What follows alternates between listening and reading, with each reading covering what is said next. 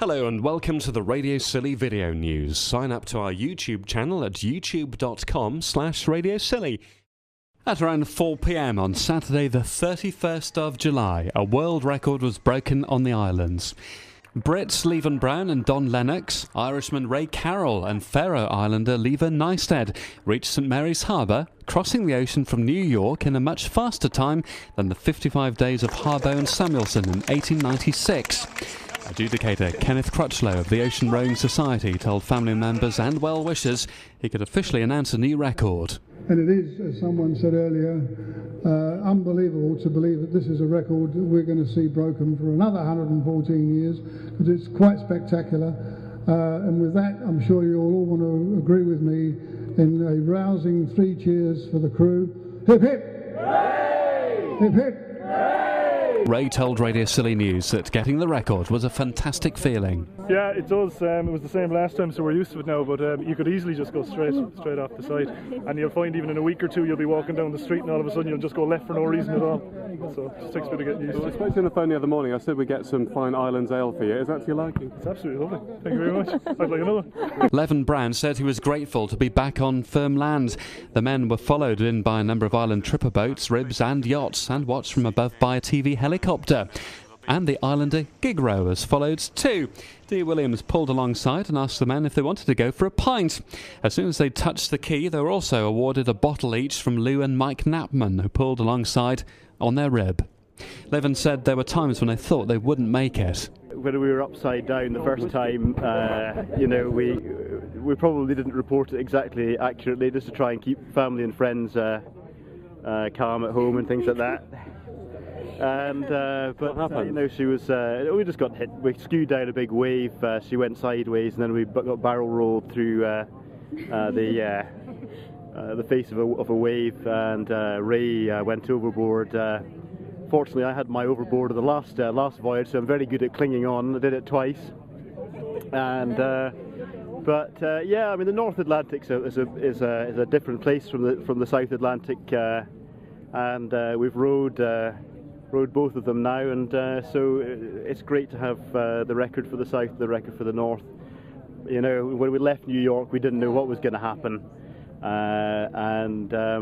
this is the best result we could ever hope for. St Mary's Harbour Master Dale Clark read the rowers a special message from Betty Morton. She's the granddaughter of one of the Norwegian rowers whose record they broke. Thank you very much, Jim. This is a message from Betty Horton, who is the granddaughter of George Harbaugh, and she sent this letter last Thursday. The Harbaugh family send our heartiest congratulations to Team Artemis for a job well done.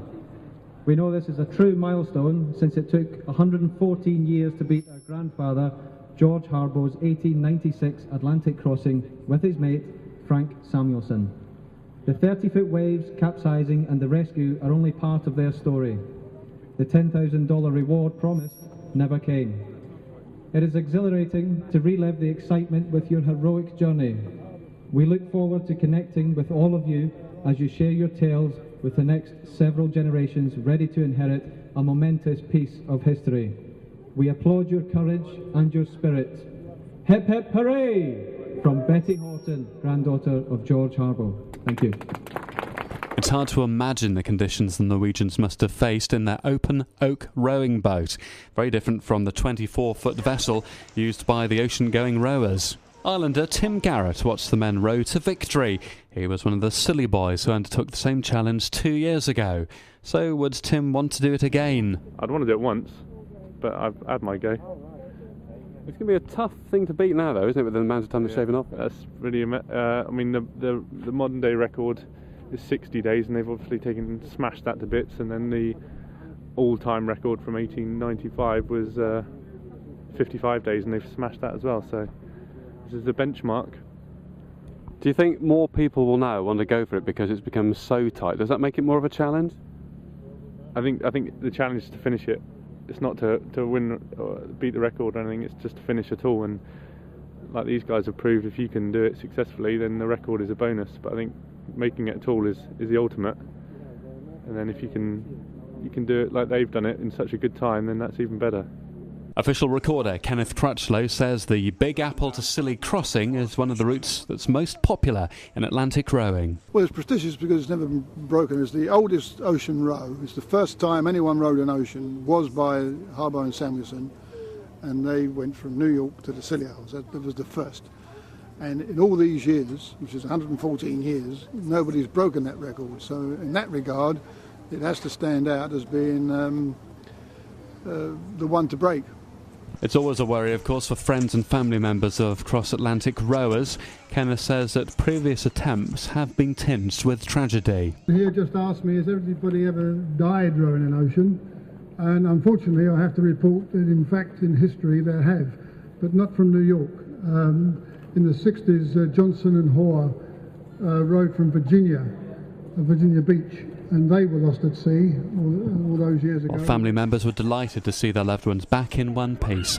Ray Carroll's mother said she was pleased to see her boy draped in the Irish national flag around his shoulders. But she says she wouldn't want him to try and do it again. Oh, she was thrilled to bits, but hope he doesn't go again. It's too much of a worry. Too much of a worry, yeah. Levan, who's from Edinburgh, was met by his friends and family who came down to the islands on Friday, and he was greeted by an unexpected loved one, his dog, Peanut. The animal crept into the car when the family were driving down from Scotland. They had expected him to be looked after by friends at home, but discovered when they got to Newcastle upon Tyne there was somebody on the back seat. We came from Edinburgh, and it was basically by the time we got to Newcastle we realised that Peanut was in the car. So the thing is, I think Peanut would actually go rowing with the boys if he possibly could, but he's not really obviously allowed to. Not unless Pedigree Chum want to sponsor him. Is it his master's dog, do you think? He is, no, honestly, he absolutely adores him, but he's a very good dog and he was very easygoing. But he ended up coming, obviously down the motorway to Hereford. We started off in Hereford, then came down to Falmouth, and then from Falmouth on to Scilly Isles. So he loves it over here. Everyone wants him to stay. That's a problem. He's a hit at the Atlantic Hotel. Yeah.